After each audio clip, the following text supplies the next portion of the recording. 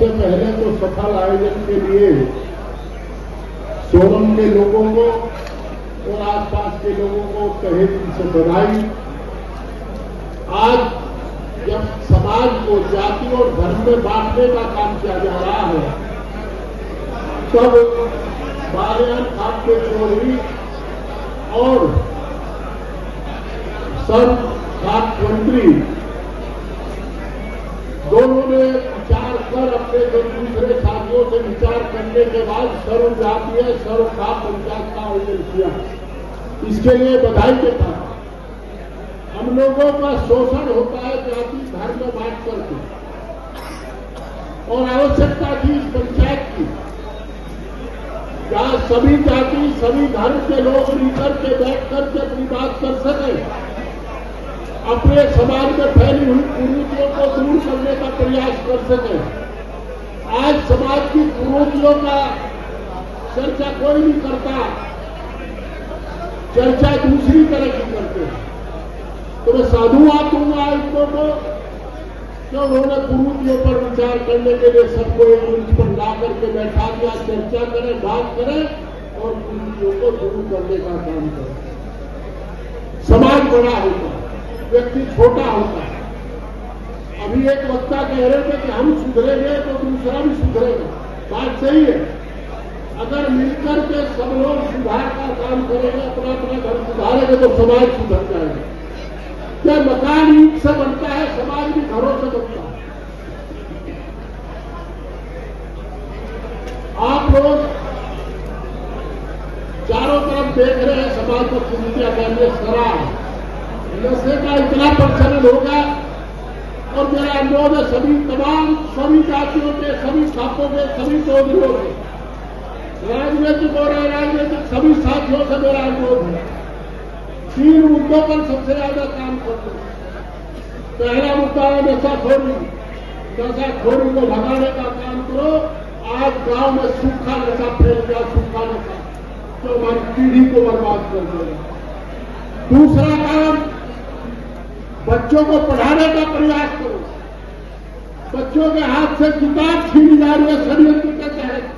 Medical की पढ़ाई जो 2 लाख रुपए साल के 18 से 22 लाख रुपए साल के, इंजीनियरिंग की पढ़ाई नहीं कर दी गई। आपका प्रस्ताव में जाना चाहिए कि जो पढ़ाई की फीस 2014 में थी वही फीस आज रहेगी, कम से कम प्रोफेशनल कोर्स की। आपका प्रस्ताव होना चाहिए। तीसरा, भाई समाज में दहेज का मामला बहुत जल्द है। दहेज और तलाक ये दो ऐसी चीज होगी, एक रात शादी को लड़की कहते मेरे विचार नहीं मिलते, 10 दिन शादी को ये विचार नहीं मिले।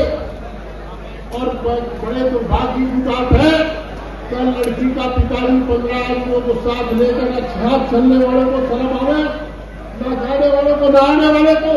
और यही बात लड़के वालों का भी लागू है। लड़के का पिताजी भी चल दे साथ लेकर, चलो हमारा निपटारा करवा दो। बात ऐसा होता रहेगा, ये निपटारे की बात समाप्त होनी चाहिए। एक ये जो भागने का काम चला है, बड़ा चारित्रिक पतन हुआ है। और ऐसे में हमें रामफल याद आते हैं। नैतिक शिक्षा विलुप्त होती जा रही है। वैसे एक बात तो है, पहुंचे सामने वाले शांत में फिर स्टेज वाले रुकते चाहिए। मैं कहाँ पहुंच गए? कुछ करनी रही है, ठल्ली है। खेलने आए तो घर पे जब कसम देगा, पूछ लो खेलने आए कहाँ पहुंच गए? और बोलते नहीं थमलेंगे। तो ये भागने भगाने का काम भी आपको पुरानी मर्यादाओं के अनुकूल करना चाहिए। एक बार एक टीवी चैनल की बहस में चला गया तो सर्वखाप पंचायत की चर्चा चली के खातों में आदेश कर दिया ऑर्डर किलिंग होगा। वो भी मेंबर पार्लियामेंट के जो दूसरे बैठे थे, कहा जी जब लड़का बालिग हो गया, लड़की बालिग होगी तो शादी कर लो। बीच में चाय का ब्रेक हुआ, मैंने उससे पूछा तेरे एक बच्चे हैं? अब 2 बच्चे, मैंने दोनों बालिग हो गए खाली, एक लड़का एक लड़की। कौन कौन सी क्लास में है? उसने कहा दोनों बालिक अब तो यूनिवर्सिटी में पढ़ रहे हैं, एक पीएचडी कर रहा है, एक पीजी में है। तो मैंने उससे कहा दोनों की शादी तो हुई नहीं है करा, मां दोनों कर देना शादी हुई। उसने कहा दोनों की शादी कैसे करती है, तो बहन भाई है। बता तो एक खाप में पैदा होने वाले बच्चे भी बहन होती हैं, उनकी शादी भी आपस में नहीं हो सकती। एक गांव में रहने वाले लड़की लड़के भी चाहे किसी बिरादरी के हो, चाहे किसी खाप के हो, वो भी बहन और भाई है।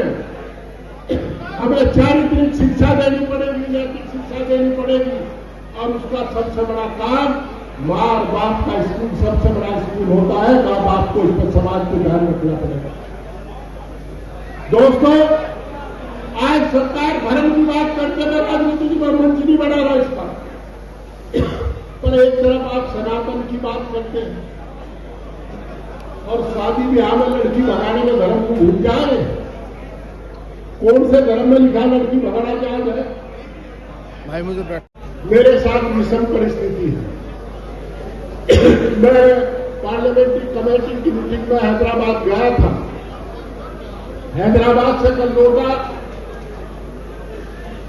मैं आज यहां चला आया। वैसे परसों भी 15 तारीख से मेरे परिवार का आदमी यहां है और हमारे तमाम लोग बैठे। पंकज भी आया था, निशांत भी आया था, आज मैं आया हूं। आज छोटा सा एक हादसा, गंभीर हादसा हो गया। हमारे भतीजे का एक्सीडेंट हो गया, वो आईसीयू में है, वेंटिलेटर पर समाज बड़ा है ये मानते हुए मैं पहले यहां आया। अब उसको शिफ्ट कराऊंगा जाकर के दिल्ली अस्पताल में, गंगाराम में। तो तुम्हें बधाई कि आज के माहौल में जब इसकी बहुत जरूरत है कुरीतियों से लड़ने की, और हम जानते हैं, मैं सभी चौधरियों से कहना चाह रहा, कुछ काम बिगाड़ा होते हैं, कुछ लोग प्रयास करेंगे जो आपको पद से विपद कर दे। आज समाज को सुधारने का काम आप लोग कर सकते हैं, पारिवारिक, नैतिक, सामाजिक शिक्षा दे करके। और जो मैंने अनुरोध किया, आशा है कि आप अपने प्रस्ताव में जरूर सम्मिलित करेंगे। बढ़ती फीस को घटाने का, नशे का, दहेज का और तलाक का, और इसके साथ साथ ये लड़की भागने के काम का। बहुत बहुत धन्यवाद, नमस्कार। मुद्दे और इन मुद्दों से समाज में क्या, देखिए, ये लोग प्रशंसनीय काम कर रहे हैं और मैं तो बधाई दूंगा सभी चौधरियों को, विशेषकर जो आयोजक हैं बालियान खाप और सर्व खाप के मंत्री जी, बालियान खाप के चौधरी साहब, जिन्होंने आज ऐसे माहौल में जब सबको पता है नैतिक पतन हुआ है, समाज में फैली कुरीतियों के खिलाफ आवाज उठाई और सभी धर्म और सभी जाति के लोगों को आमंत्रित किया है कि एक मंच पर बैठ कर के चर्चा करें।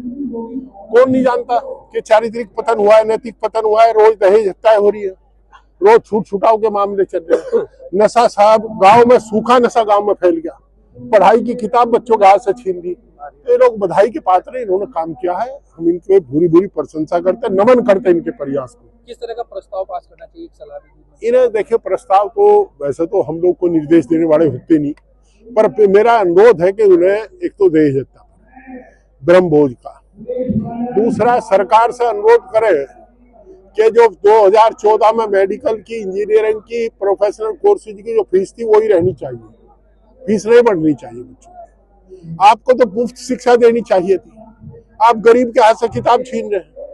दूसरा, नशे के खिलाफ, अगर किसी क्षेत्र में अवैध शराब पाई जाए, आपको सूखा नशा पाया जाए, तो उसका थानेदार और एसडीएम और डिप्टी एसपी निलंबित होने चाहिए। जिम्मेदारी तय हो, जिम्मेदारी तय हो, और तीसरी बार पकड़ा जाए तो टर्मिनेट ये होना चाहिए।